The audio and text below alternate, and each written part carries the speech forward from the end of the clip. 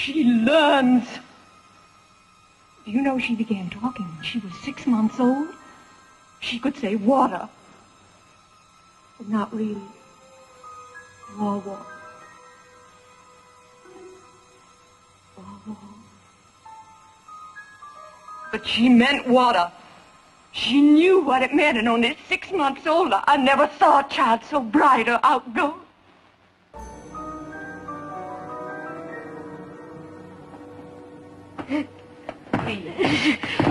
Reach.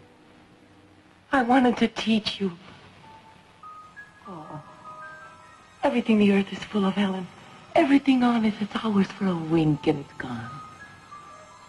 And what we are on it. The light we bring to it and leave behind in words.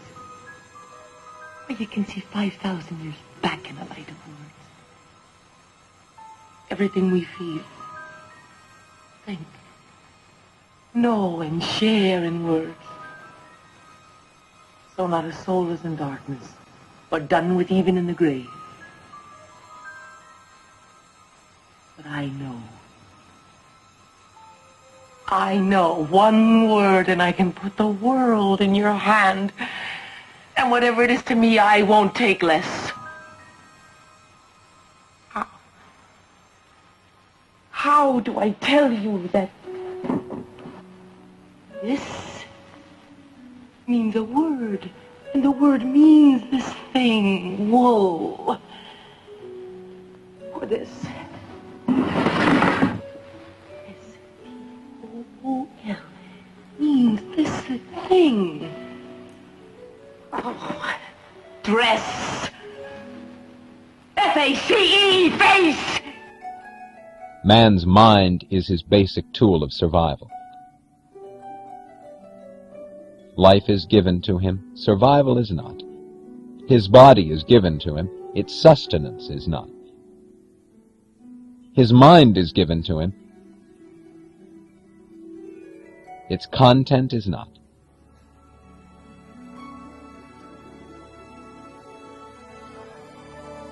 Reason does not work automatically. Thinking is not a mechanical process.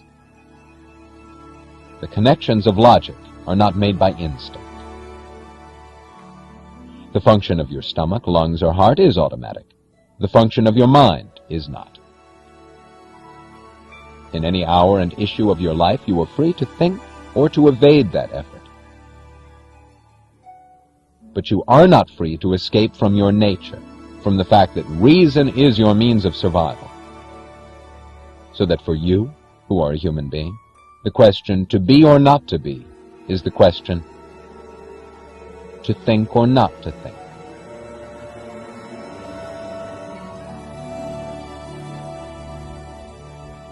Man cannot survive except by gaining knowledge, and reason is his only means to gain it.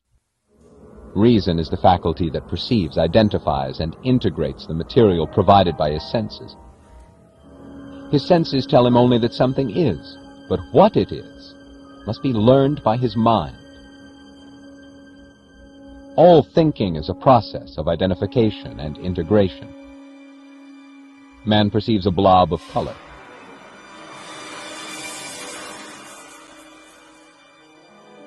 By integrating the evidence of his sight and his touch, he learns to identify it as a solid object. He learns to identify the object as a table. He learns that the table is made of wood. He learns that the wood consists of cells, that the cells consist of molecules, that the molecules consist of atoms. All through this process, the work of his mind consists of answers to a single question. What is it? His means to establish the truth of his answers is logic. Logic is the art of non-contradictory identification. An atom is itself, and so is the universe. To arrive at a contradiction is to confess an error in one's thinking. To maintain a contradiction is to abdicate one's mind and to evict oneself from the realm of reality. Truth is the recognition of reality. Reason, man's only means of knowledge, is his only standard of truth.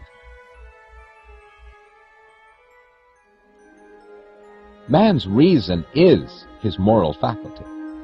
A process of reason is a process of constant choice in answer to the question, true or false, right or wrong.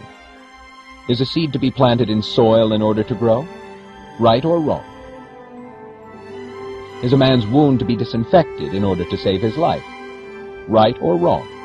Does the nature of atmospheric electricity permit it to be converted into kinetic power? Right or wrong? It is the answers to such questions that gave you everything you have. And the answers came from a man's mind. A mind of intransigent devotion to that which is right. A rational process is a moral process. You may make an error at any step of it with nothing to protect you but your own severity. Or you may try to cheat, to fake the evidence and evade the effort of your quest. But if devotion to truth is the hallmark of morality, then there is no greater, nobler, more heroic form of devotion than the act of a man who assumes the responsibility of thinking.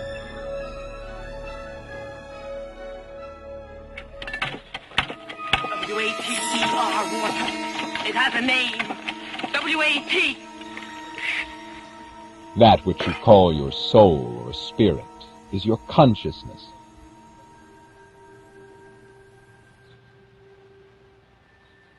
And that which you call free will is your mind's freedom to think or not.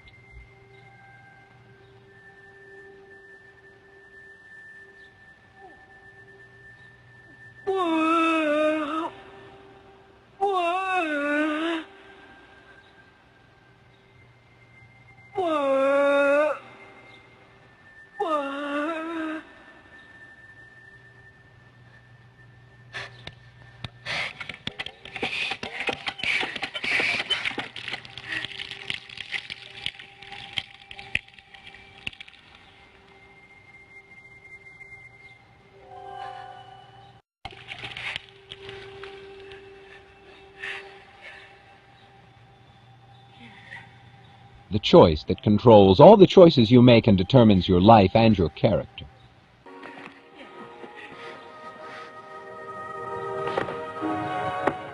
The only will you have, your only freedom,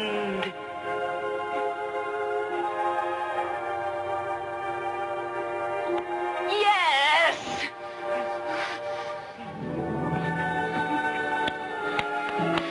Pump!